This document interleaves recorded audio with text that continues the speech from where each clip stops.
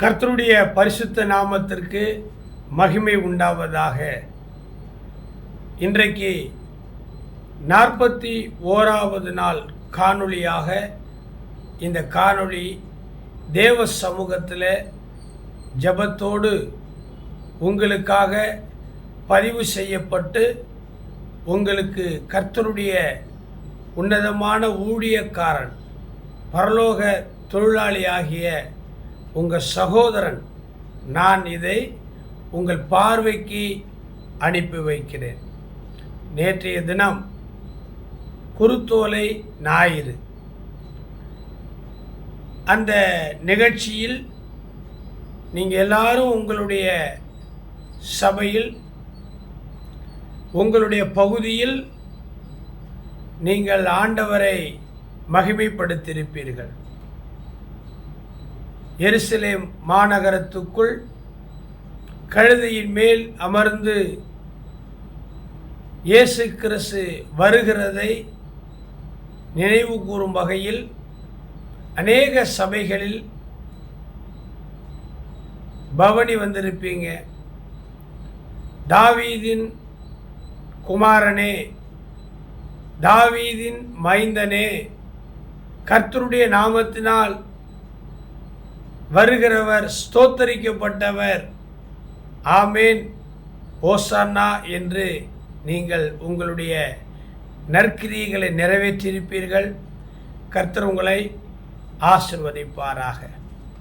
பிரியமான தேவனுடைய பிள்ளைகளே, இன்றைக்கு நான் உங்களுக்கு தேவனுடைய வார்த்தைகளை வெளிப்படுத்தின புஸ்தகம் 11ஆம் அதிகாரத்திலிருந்து நான் உங்களுக்கு சொல்ல போகிறேன். இந்த வார்த்தைக்கு முன்னாடி ஒரு சம்பவத்தை சுருக்கமாய் சொல்லுகிறேன். அது என்ன தெரியுமா? நீங்கள் அடிக்கடி சொல்லியிருப்பீங்க. ஆமாம், ஒருத்தரை கெடுத்து ஒருத்தர் வாழ முடியாது. முற்பகல் பிற்பகல், முற்பகல் செய்கிறது பிற்பகல் விளையும்.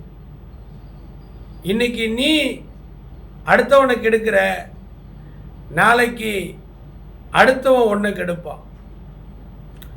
இதுதான் நியதி. இதை நம்ம எல்லாரும் சொல்கிறோம், ஆனால் கெடுத்துக்கிட்டு தான் இருக்கிறாங்க. நல்லா யோசனை பண்ணி பாருங்க. வேதத்தில் இதை குறித்து பல இடத்துல சொல்லப்பட்டிருக்கிறது.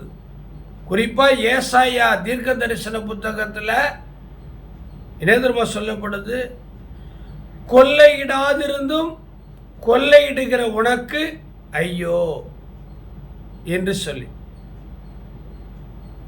பிறருக்குனால் முற்பகல் செய்யும் தமக்கின்னா பிற்பகல் தாமே வரும். நீங்க அடுத்தவங்களுக்கு செய்கிற துரோகம், நீங்க அடுத்தவங்களுக்கு விரோதமாய் செய்கிற செயல், ஒரு நாள் அது உங்களுக்கே கெடுதலாய் முடியும். இது நிறைய பேருக்கு தெரியும், ஆனாலும் பயப்படுறது கிடையாது. உலகத்தாரும் பயப்படுறது கிடையாது. ஒரு குடும்பத்துக்கு மந்திரம் பண்ணி சூனியம் பண்ணி அந்த குடும்பத்தை அழிக்க நினைப்பாங்க. அவங்களுடைய பிஸ்னஸ், அவங்களுடைய வியாபாரம், அவங்களுடைய வளர்ச்சியை அழிக்க நினைப்பாங்க. கொஞ்ச நாட்கள் கழிச்சு அவர்களுடைய குடும்பத்திலேயே அந்த செய்வினை, அந்த மந்திரம் திரும்ப தாக்கும். அப்போ நீ இன்னொரு குடும்பத்தை அழிக்க நினைச்சிய அவங்க எவ்வளவு வேதனைப்படுவாங்க. ரோட்ல ஒரு நாய் படுத்து கிடக்குது, அது பாத்துல ரோட்ல படுத்து கிடக்குது. நமக்கு என்ன? அந்த நாயை கல்லை விட்டு அடிப்பாங்க, அல்லது காலால எட்டி உதைப்பாங்க. இது தேவையா? அந்த நாய் என்ன பண்ணுச்சு? கல்லை விட்டே இருந்து அடிக்கும் பொழுது தன் மேல் காலால் உதைக்கும் போது ஓடி போய் கடிச்சிச்சு. நாய் கடிச்சிச்சு. போ ஆஸ்பத்திரிக்கு. நீ செய்த வினை. இன்னைக்கு நிறைய பேர் அடுத்தவங்களை எப்படி கெடுக்கணும், எவனை விழுங்கலாமோ என்று சுற்றி வகை தேடி சுற்றி திரிந்து கொண்டிருக்கிறான், சிங்கம் போல. நல்லா கவனிச்சுக்கங்க. ஒரு முறை நான் ஒருவருடைய மரண அடக்க ஆராதனைக்கு போயிருந்தேன். ஒரு இந்து சகோதரர் மரித்து விட்டார். அவருடைய இறுதி சடங்குக்கு போயிருந்தேன், சுடுகாட்டுக்கு போயிருந்தேன். ஏன்னா இன்னைக்கு நிறைய பாஸ்டர் ரொம்ப நீதிமான், மிஞ்சின நீதிமான்.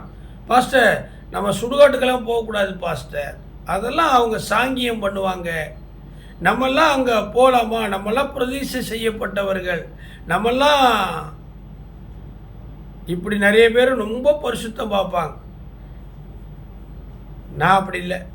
வசனம் சொல்லுது, கல்யாண வீட்டுக்கு போவதை காட்டிலும் மரண வீட்டுக்கு போவது நல்லது.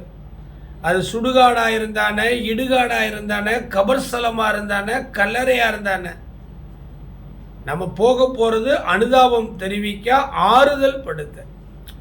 சரி, இப்போ நான் அதை பற்றி பேசலை, அது உங்கள் இஷ்டம்.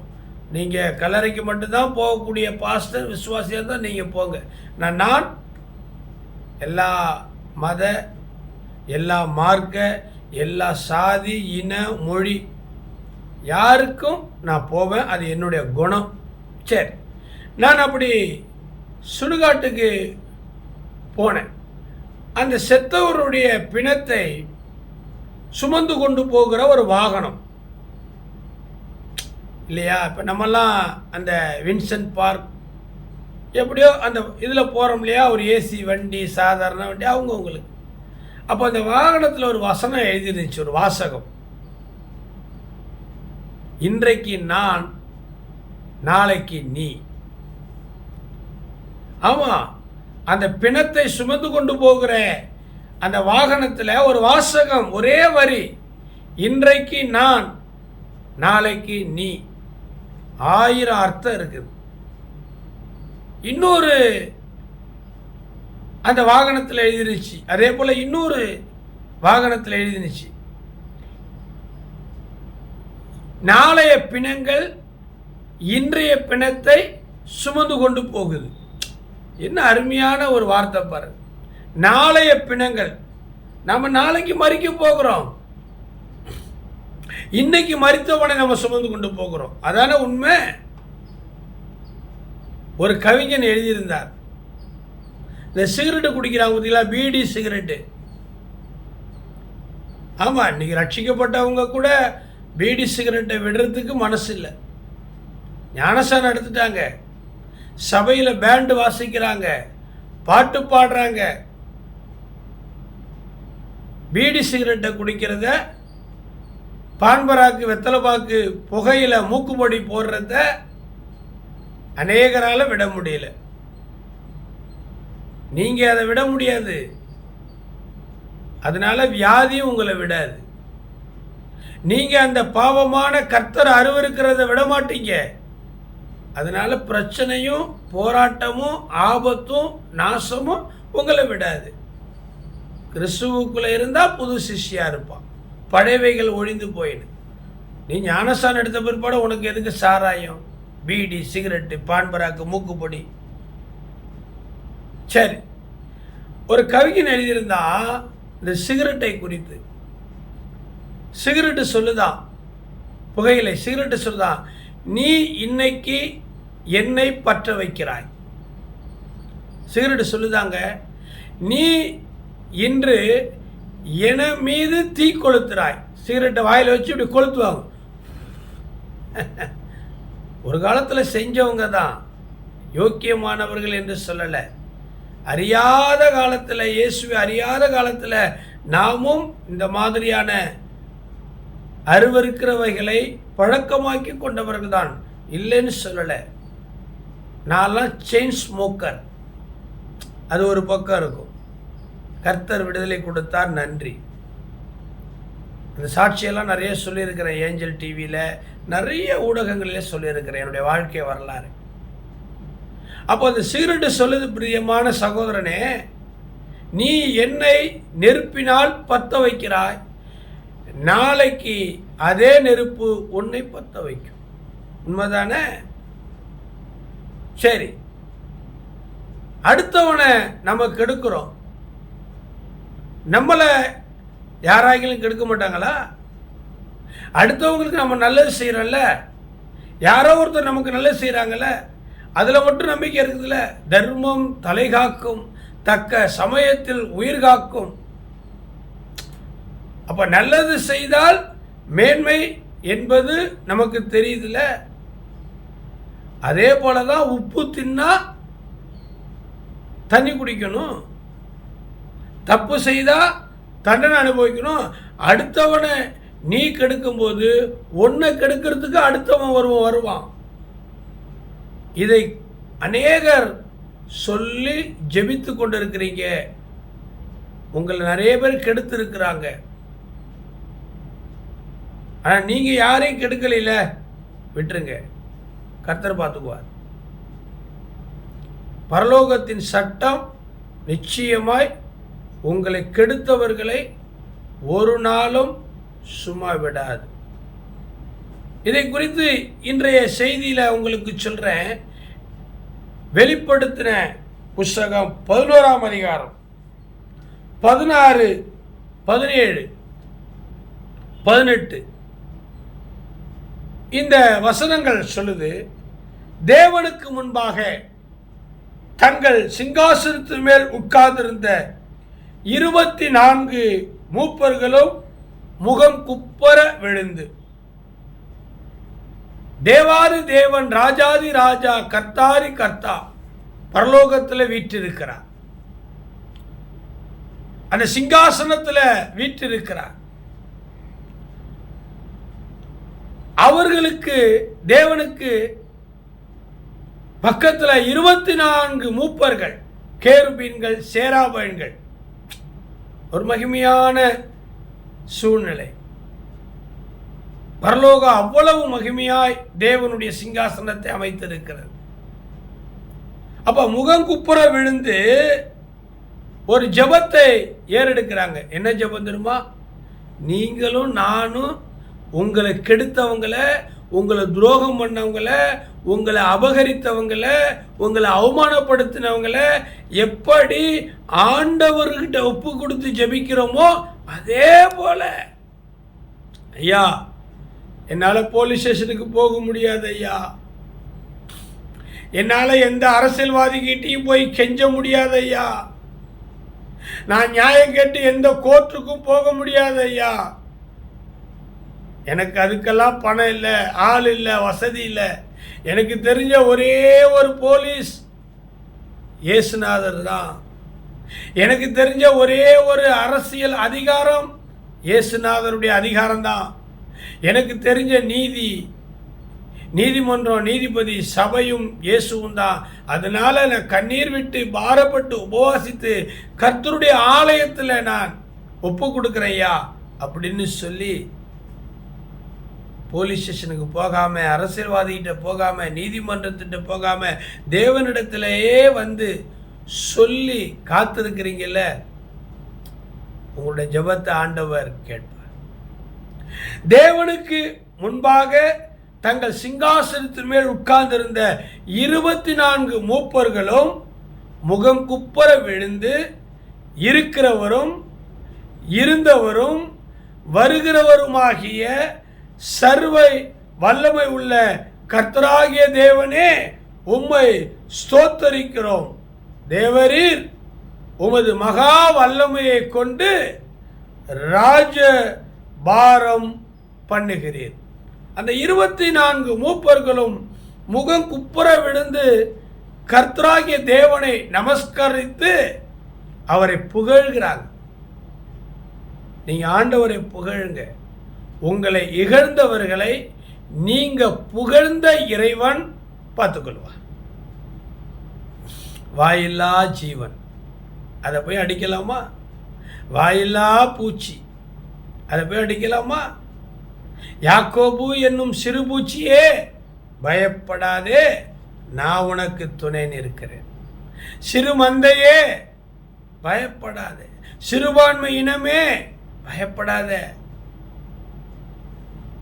பயப்படாத. கடந்த சனிக்கிழமை உங்ககிட்ட சொன்ன இல்லையா, கடந்த சனிக்கிழமை மாதர்பாக்கம் ஆந்திரா பக்கத்தில் அந்த கும்மிடிப்பூண்டி சத்தியவேடு கிராம ஒழியத்துக்கு போயிருந்தோம். அங்கே ஒரு வயசான அம்மா, அந்த அம்மா கிட்ட ஆண்டவரை பற்றி சொல்லிக்கிட்டு இருக்கும்போது அந்த அம்மா ரொம்ப வேதனையோடு வருத்தப்பட்டு அவங்க என்கிட்ட ஒரு சம்பவத்தை சொன்னாங்க. எங்க ஆண்டவர் அநியாயம் பண்ணுறாங்கப்பா, அக்கிரமம் பண்ணுறாங்க, அந்த ஆண்டவர் எங்கே கேட்குறாரு அப்படின்னாங்க. என்னம்மா விஷயம் அப்படிங்கும்போது, ஆமாம் அரசியல் சப்போர்ட்டு, பண சப்போர்ட்டு, அடாவடித்தனம் பண்ணுறவங்க, கடவுளுக்கு பயப்படாதவங்க தான் இன்றைக்கி நல்லா இருக்கிறாங்க. எங்களை போல் ஏழைங்களுக்கு எங்கே நீதி நியாயம் கிடைக்கிறதுனாங்க. நான் அந்த அம்மாக்கிட்ட என்ன விஷயம்னு கேட்கும்போது அவங்க அம்மா சொன்னாங்க, அந்த இருக்கு பாருங்க ஐயா, இதுதான் என் வீடு, ஒரு கிராமம், ஒரு நல்ல வீடு, சுற்றிலும் இடம் இருக்குது, 3 பொம்பளை பிள்ளைங்க, 2 பொம்பளை பிள்ளைங்களை கல்யாணம் பண்ணி கொடுத்துட்டாங்க, நான் ஒரு பொம்பளை பிள்ளைங்க. அந்த அம்மாவுக்கு வயசு எப்படியும் 70 வயசு இருக்கும். ஆமாம், ரொம்ப மெலிந்த தேகம், ஏழ்மை வறுமை, கிராமத்தில் இருக்கிறாங்க. சரியான உடை புடவை கட்டலை, தலையில் எண்ணெய் சீவலை, ரொம்ப பரிதாபமாக அவங்களுடைய சரீர தோற்றங்கள் இருந்தது. அதனால் அவங்களுக்கு 70 வயசு இருக்கும் போல தெரியுது. அவங்க சொன்னாங்க, என் இடத்த அக்கம் பக்கத்தில் இருக்கிறவங்க அபகரிக்க நினைக்கிறாங்க, நான் கோர்ட்டுக்கு போவேன்னா சாப்பிட்றதுக்கே வழி இல்லை, எங்கள் வீட்டில் ஆம்பளை துணை இல்லை, அவனும் அரசியல்வாதிகள் பேரை சொல்லி பணத்தை வச்சுக்கிட்டு ஏழை எங்கள் வீட்டை பிடுங்க நினைக்கிறான், யார் எங்களுக்கு உதவி செய்வா அப்படின்னாங்க. அப்போ நான் ஆண்டவருடைய நாமத்தினால அந்த அம்மா கிட்ட சொன்னேன், நீதி செய்கிறவர்னு ஒருவர் உண்டுமா? ஒருவேளை போலீஸ், அரசியல், அரசு, நீதிமன்றங்கள் ஒருவேளை நீங்கள் தேடி போகாமலோ உங்களுக்கு நீதி கிடைக்காமலே இருக்கும். உங்களை கெடுக்கிறவனை கண்டிப்பாக கடவுள் கெடுப்பார், கெடுப்பார், கேடு நினைப்பார், கெட்டு போவார். ரொம்ப ஜாக்கிரதையாக இருக்கும். இந்த 24 மூப்பர்களும் அந்த அம்மா கிட்ட சொல்லிட்டு வந்துட்டேன். இப்போ எனக்கு ஞாபகம் வருது, உங்களுக்கும் இந்த காணொளி மூலமாக சொல்கிறேன்.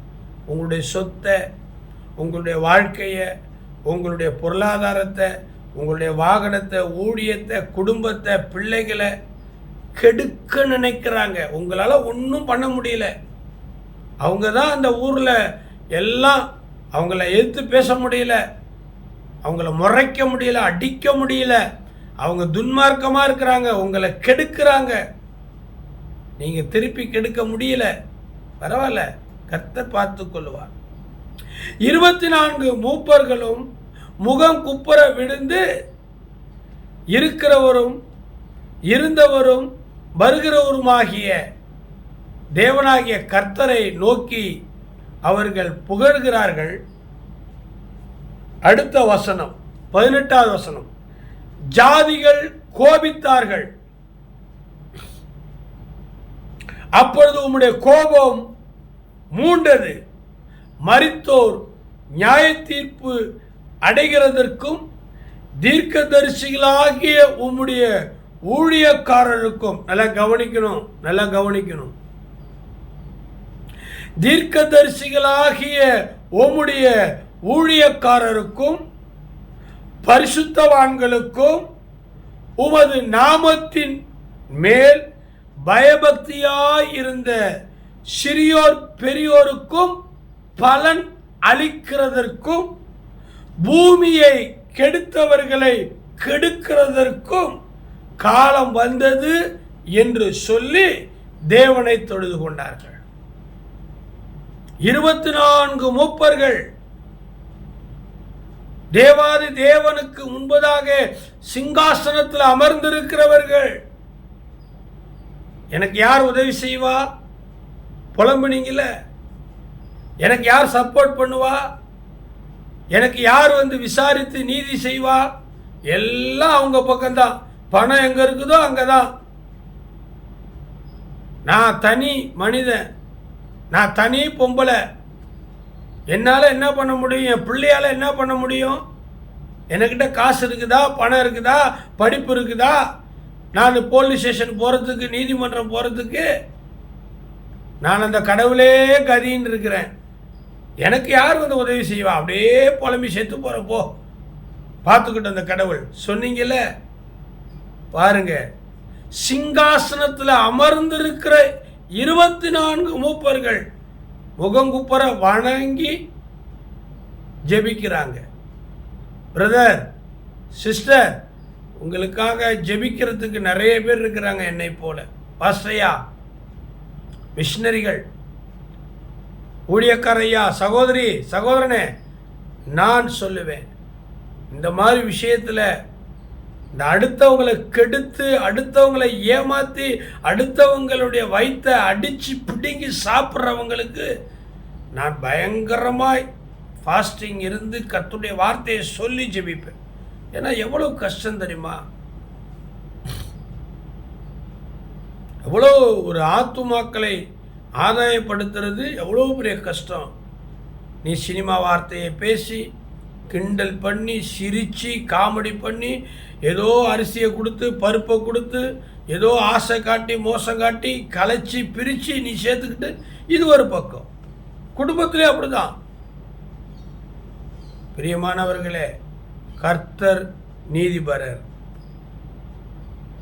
நாம் மற்றவங்கள கெடுத்தா நம்மளை மற்றவங்க கெடுப்பாங்க. நீ மற்றவங்களுக்கு சூனியம் பண்ணு, செய்வனை பண்ணு, மந்திரம் பண்ணு, பொய் சாட்சி சொல்லு, ஒரு நாள் அது உனக்கே பிரச்சனையாய் வந்து முடியும். எதுக்கு?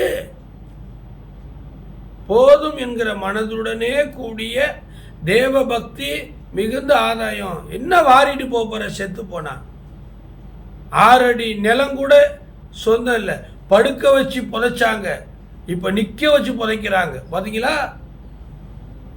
முதலெல்லாம் 6 அடி நிலம் தோண்டி 5 அடி 6 அடி கீழே மேலே அகலம் பார்த்து அதுக்கு சந்தன கட்டை, அந்த கட்டை, என்னென்னமோ அந்த பாக்ஸ் எல்லாம் செஞ்சு, கருப்பு போட்டி வெள்ளை போட்டி செஞ்சு, என்னென்னமோ திரவியங்களை போட்டு, மாலை போட்டு, மரியாதை போட்டு புதைச்சோம், அடக்கம் பண்ணோம். இப்போ எப்படி வச்சு புதைக்கிறது கூட இடம் இல்லை. ஒரு குழியை தோண்டி அப்படியே நேராக அந்த குழியில் நிற்க வச்சு புதைச்சிடுறாங்க. இப்படிப்பட்ட காலம் வரும் பொழுது சொத்து சொத்து சொத்து சொத்து, பணம் பணம் பணம் பணம் பணம்னு நீ அலைஞ்சி அடுத்தவங்களுக்கு எடுக்கிறியே, நல்லா இருக்குப்பியா? யாரை சொல்கிறீங்க பிரதர்? நான் உங்களை சொல்லலை, கெடுக்கிறவங்கள சொல்கிறேன். ஏன் உங்களை நான் சொல்ல போகிறேன்? நீங்கள் கெடுக்கிறீங்களா? எத்தனை பேர் தெரியுமா எங்களை கெடுத்தாங்க? எத்தனை பேர் தெரியுமா? நாங்கள் சபைக்காக கஷ்டப்பட்டு ஒரு இடத்த வாங்கலாம்னு நினச்சோம். ஆனால்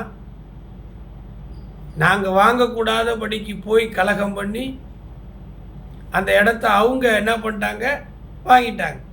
நான் நினச்சிருந்தா வேறு மாதிரி பண்ணியிருப்பேன். எனக்கு இருக்கிற இன்ஃப்ளூயன்ஸில் வேண்டாம், கர்த்தர் பார்த்துக்குவார். அப்படி அடித்து சண்டை போட்டு இறைவனுடைய சமாதானத்தை போதிக்கிற அந்த இடத்த வாங்க வேண்டிய அவசியம் கிடையாது.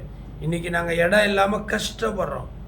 ஜனங்க ஏறி 3வது மாடிக்கு ஏறி வந்து ஆராதனை பண்ண முடியாமல் ஜனங்களெல்லாம் வரமாட்டுறாங்க. எங்கள் பிரயாசம், எங்களுடைய ஜெபம், எங்கள் உழைப்பு 50 வருஷம் வீணாக போயிட்டுருக்குது. கஷ்டப்பட்டு காணிக்க உழைப்பு பணத்தை சம்பாதிச்சு ஒரு இடத்த வாங்கலான்னு நினச்சோம். ஆனால் கூட இருந்தே குழி பறிக்கிற மாதிரி எங்ககிட்டே ஜெபம் பண்ணிவிட்டு எங்களுக்கு எதிராக நாங்கள் அந்த இடத்த வாங்கக்கூடாதபடிக்கு மிரட்டி உருட்டி விற்கிறவங்கக்கிட்ட சொல்லி வேறு இடத்துல. இன்றைக்கி அவங்க நல்லா இல்லை, நல்லா இருக்க முடியாது. நான் சபிக்க மாட்டேன். உங்களுக்கு அப்படி தான். உங்களுக்கு கெடுக்கிறாங்களா? உங்கள் பிள்ளைங்களை கெடுக்கிறாங்களா? உங்கள் ஊழியத்தை கெடுக்கிறாங்களா? உங்கள் குடும்பத்தை கெடுக்கிறாங்களா? உங்கள் ஊழியத்தை கெடுக்கிறாங்களா? ஜெபம். இந்த 24 மூப்பர்களும் முகம் குப்புற விழுந்து வணங்கி தீர்க்கதரிசிகளாகிய உம்முடைய ஊழியக்காரருக்கும் பரிசுத்தவான்களுக்கும் உமது நாமத்தின் மேல் பயபக்தியாயிருந்த சிறியோர் பெரியோருக்கும் பலன் அளிக்கிறதற்கும். பலன் அளிப்பாருங்க ஆண்டவர். ஏற்கனவே சொல்லியிருக்கிறேன் இந்த காணொளியில், அந்தரங்கத்தில் இருக்கிற உன் பிதாவை நோக்கி ஜெபம் பண்ணு, வெளியரங்கமாய் பலன் தருவார்.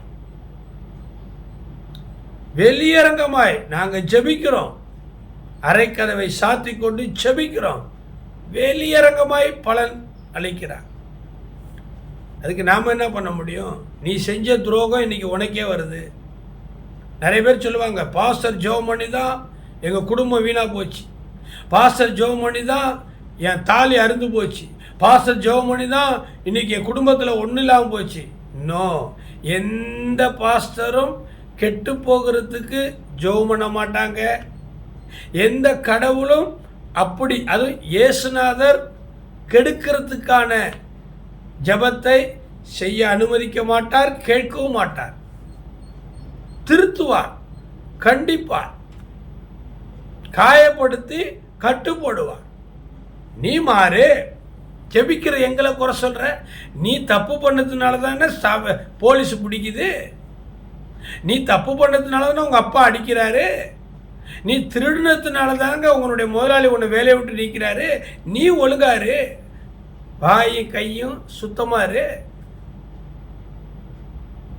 நிறைய பேர் பாஸ்டர் சொல்லுவாங்க, அவர் ஜெபம் பண்ணுறாரு. இந்த மாதிரி நிறைய வார்த்தைகளை நான் கேட்டேன். ஆமாம், அவர் ஜெபம் பண்ணி தான் எங்கள் வீட்டுக்காரர் செத்து போயிட்டார். தேவனுடைய யுத்தம், தேவனுடைய யுத்தம். ஒரு ஊழியக்காரன் அல்லது ஒரு விசுவாசி ஜெபம் பண்ணும் பொழுது மரணமானாலும் ஜீவனானாலும் அது தேவனால் கேட்கப்பட்டு விசாரிக்கப்பட்டு அதுக்கு பிறகுதான் வந்து சேரும். நல்லதோ கெட்டதோ, ஆசீர்வாதமானாலும் சரி, சாபமானாலும் சரி, நீங்க சரியா இருக்கு. நீங்க சொல்ல பாருங்க, ஊழியக்காரர்கள், தீர்க்கதரிசிகளாகிய ஊழியக்காரர்களுக்கும் பரிசுத்தவான்களுக்கும் பயபக்தியாயிருந்த சிறியோருக்கும் பெரியோருக்கும் பலன் அளிப்பதற்காக பூமியை கெடுத்தவர்களை கெடுக்கிறதற்கும் காலம் வந்தது என்று சொல்லி தேவனை தொழுது கொண்டார்கள். அப்பொழுது பரலோகத்தில் தேவனுடைய ஆலயம் திறக்கப்பட்டது. Open door. ஜெபத்துக்கு பரலோகம் செவி கொடுக்கும். தீர்க்கதரிசிகளுடைய ஜெபம், ஊழியக்காரருடைய ரத்தம் தேவன் பழி வாங்குவார். வீதியில் நின்று நாங்கள் சண்டை போட மாட்டோம், கெட்ட வார்த்தை பேச மாட்டோம். அதனால நீங்கள் என்ன வேணாலும் ஊழியக்காரரை பேசுவீங்க, தீர்க்கதரிசிகளை பேசுவீங்க, சபையை பேசுவீங்க, விசுவாசிகளை பேசுவீங்க. ஒரு விசுவாசி இன்னொரு விசுவாசியை பேசினாலும், ஒரு ஊழியக்காரன் இன்னொரு ஊழியக்காரனை பேசினாலும் நியாய தீர்ப்பு தான். பேசுங்க, நல்ல மாதிரி பேசுங்க. கெடுக்கிறீங்களே, அதில் என்ன உங்களுக்கு ஒரு ஜாலி? அடுத்தவனை கெடுக்கிறதுல அப்படி என்ன உங்களுக்கு ஒரு பெரிய அலாதி பிரியம்? தூக்கம் வராதுல அடுத்தவனை கெடுக்காம, அடுத்தவனை பற்றி பேசாமல்? இதுக்குன்னே ஒரு கூட்டம் இருக்குது. ஊழியக்கார கூட்டமும் இருக்குது, விசுவாசிகள் கூட்டமும் இருக்குது, புறஜாதிகள் கூட்டமும் இருக்குது. தீர்க்கதரிசிகளாகிய ஊழியக்காரர்களுக்கும் பரிசுத்தவான்களுக்கும் சிறியோருக்கும் பெரியோருக்கும் பலன் அளிக்கிறதுக்காக பரலோகத்தை நோக்கி மன்றாடினாங்களாம். அப்பொழுது பரலோகத்தில் உள்ள தேவாலயம் திறக்கப்பட்டது. அவருடைய ஆலயத்திலே அவருடைய உடன்படிக்கை பெட்டி காணப்பட்டது. அப்பொழுது மின்னல்களும் சத்துவங்களும் இடி முழக்கங்களும் பூமி அதிர்ச்சியும் பெரும் மழையும் உண்டாயிற்று. பயம் வருதா வரலையா? இந்த செய்தி பயம் வருதா வரலையா? பயம் வந்துச்சுன்னா யாரையும் கெடுக்காதீங்க. சார் எங்களை கெடுக்கிறாங்களே, இருக்கட்டும். உங்களை கெடுக்கிறாங்களே, அவங்களே அவங்களுடைய தலையில் யானை மாதிரி, யானை தான் தலையில் தானே மண்ணு வாரி போட்டு கொண்டது போல அவங்களே உங்களை கெடுத்து அவங்க குடும்பத்தில் அவங்க பிள்ளைங்க மேலே அந்த சாபத்தை வரவழைக்கிறாங்க. ஆமான், எஸ்தர் புத்தகத்தில் ஆமானை பார்த்தீங்களே, மொர்தெகாய்க்கு தூக்கு மரம் செஞ்சான். என்ன ஆனது? அதே தூக்கு மரத்தில் அவனை ஜோலியை முடிச்சிட்டாங்க. உங்களுக்காக வெட்டுகிற குழி, படுகுழி, குழி வெட்டி உங்களை, உங்கள் குடும்பத்தை, உங்கள் தொழில், சபை, வியாபாரம் எல்லாத்தையும் புதைச்சிடலாம் அப்படின்னு நினச்சாங்க. வெட்டின அதே குழியில் அவங்களே விழுந்துருவாங்க. காரியம் மாறுதலாய் முடியும். என்ன தெய்வம் சும்மாவா? அரசன் அன்று கொள்ளுவான், தெய்வம் நின்று கொள்ளுமா? எங்கள் வாழ்க்கையில் நிறையா பார்த்துட்டேன். காரி துப்புனவங்க, முன்னே விட்டு பின்னே பேசினவங்க, நேருக்கு நேராக சண்டை வளர்த்தவங்க. கர்த்தர் அனுமதிக்க மாட்டார். ஆமாம், சூழ்நிலைகள் நமக்கு எதிராகவே இருக்கும். இந்த காணொலியை பார்க்குற உங்களுக்கு சூழ்நிலைகள் சாதகமாக இருக்காது.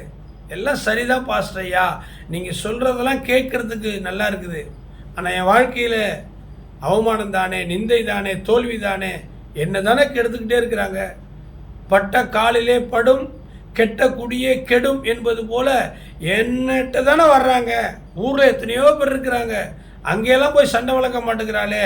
நான் ஜெபிக்கிறேன், துதிக்கிறேன், சோத்திர பலி செய்கிறேன், பிரசங்கம் பண்ணுறேன், ஊழியத்துக்கு போகிறேன், வெள்ளை புடவை கட்டுறேன், பைபிளை தூக்குறேன், என்னக்கிட்டே தான் வந்து சண்டை வளர்க்குறாங்களே. நான் ஏதாச்சும் கெட்ட வார்த்தை பேசணும், அடிக்கணும், என் சாட்சியை, என்னுடைய வாசனையை கெடுக்கணும், என் அபிஷேகம் வீணாக போகணும்னு என்னக்கிட்ட தான் வர்றாங்க. ஐயா, உன்னைக்கிட்ட தான் வருவாங்க. காய்த்த மரம் தான் கல்லடிப்படும். என்ன கூட எத்தனையோ பேர் இப்படி எழுதுறாரு, அப்படி பேசுகிறாரு, இப்படி எழுதுறாரு, அப்படி பேசுகிறாரு, இவனை சும்மா விடக்கூடாது, இவனை கெடுத்துடணும், இவனை மாட்டி விட்டுறணும், இவன் பேரை பெருமைப்படுத்தக்கூடாது, வளரக்கூடாது. எத்தனையோ பேர், எத்தனை பேர் இன்னமும் அப்படி தான் செஞ்சிட்டு இருக்காங்க.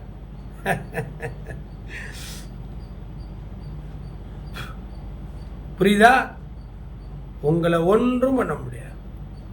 கெடுக்கிறாங்களா சிஸ்டர்? உங்களுக்கு வருகிற வாழ்க்கையை, உங்கள் மகளுக்கு வர்ற வாழ்க்கையை, உங்கள் ஆத்துமாக்களை, உங்களுடைய ஆசீர்வாதத்தை கெடுக்கிறாங்களா? இன்னைக்கு உங்களை கெடுக்கிறவங்க நாளைக்கு நடு ரோட்டில் கெட்டு போய் நிற்பாங்க. எத்தனை பேரை பார்த்துட்டீங்க? அமைதியெல்லாம் ஜெபம் பண்ணுவோம் அவங்களுக்காக, அவங்களுக்காக அமைதியெல்லாம் ஜெபம் பண்ணுவோம். ஜெபம் பண்ணுறதுக்கு மனசு வரலையா? விட்டுருங்க, கர்த்தரை நோக்கி தொழுது கொள்ளுங்க. தேவனுக்கு முன் சிங்காசனத்தில் அமர்ந்திருந்த 24 மூப்பர்களும் முகம் குப்புற விழுந்து தேவாதி தேவனுக்கு வணக்கம் செலுத்தினாங்க. செலுத்திட்டு சொன்னாங்க,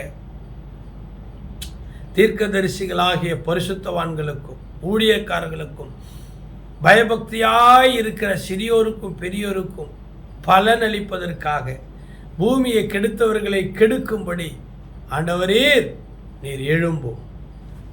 பரலோகத்தில் இருக்கிற தேவாலயம் திறக்கப்பட்டது. அங்கே உடன்படிக்கை பெட்டி காணப்பட்டது. பெரிய இடி முழக்கம், அதிர்ச்சி, வெறும் மழையெல்லாம் வந்தது. இதுதாங்க கர்த்தருடைய கரம், இதுதான் தேவனுடைய வல்லமை. மற்றவர்களை கெடுக்க நினைக்கிற எல்லாருக்கும் இந்த செய்தி ஒரு எச்சரிக்கை செய்தி. உனக்கு ஒரு குடும்பம் இருக்குது, உனக்கு புருஷன், மனைவி, தாய், தகப்பன், பிள்ளைகள் இருக்கிறாங்க. நீ இன்னொருத்தர் வயிற்றுல அடித்த, இன்னொருத்தருடைய சோத்துல மண்ணை வாரி போட்ட, இன்னொருத்தருடைய வாழ்க்கையை, ஊழியத்தை, சபையை கெடுத்த. இப்போ தெரியாது, ரத்த ஓட்டம், பணம், சொந்த பந்தம், உன்னை சுற்றிலும் 10 விசுவாசி இருக்கிறாங்க, பணம் இருக்குது, காணிக்கை தசமபாகம் இருக்குது, அரசியல் செல்வாக்கு இருக்குது. ஒரு நாள் ஆண்டவர் நீதி நியாயம் செய்வார். அப்போ உன்னால் ஒன்றுமே பண்ண முடியாது. அப்போ உன்னால் ஒன்றும் பண்ண முடியாது பிரதர். ஜாக்கிரதை. நாம் ஆராதிக்கிறது தேவன். புறஜாதிகளாக இருக்கட்டும், இந்த டிவி, இந்த காணொளியை, இந்த செய்தியை பார்க்குறவங்க ஒருவேளை கிறிஸ்தவர்கள் இருந்தாலும் ஒப்புருவாங்க, கெடுக்காதீங்க. அல்லது கிறிஸ்தவத்துக்கு பயப்படாத புறஜாதிகள், இதெல்லாம் என்னை ஒன்றும் பண்ண முடியாது, எங்கள் சாமி, எங்கள் தெய்வம் எல்லாம் இருக்குது, கிறிஸ்தவர்களை வாழ விட மாட்டேன், ஊழியம் பண்ண விட மாட்டேன், சபை நடத்த விட மாட்டேன் அப்படின்னா ஜாக்கிரதை. நீ வெட்டின குழியில் உன் பிள்ளைங்களை நீ பறி கொடுக்க வேண்டியிருக்கும். நான் சாபம் விடலை, நிறைய பேரை பார்த்துருக்கிறேன். வேண்டாம், நல்லா இருங்க, நீங்கள் நல்லா இருங்க. நாங்கள் யாரையும் கெடுக்கணுங்கிற ஜபமே கிடையாது. எங்கள் அப்பா ஒரு வார்த்தை சொல்லுவாங்க என்கிட்ட, தம்பி, கெட்டு போனவன் நல்லா வாழலாண்டா. எப்படி?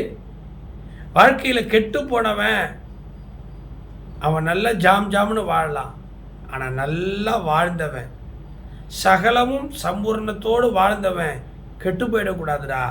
எங்கள் அப்பா எனக்கு சின்ன வயசில் சொன்னாங்க. என் ஆண்டவரும் அதான் சொல்கிறாரு, நீ ஆசீர்வதிக்கிறவர்களை நான் ஆசீர்வதிப்பேன், ஒன்று சபிக்கிறவர்களை நான் சபிப்பேன். நாங்கள் ஆசீர்வதிக்கிறோம். தயவு செய்து யாரையும் கெடுக்காதீங்க.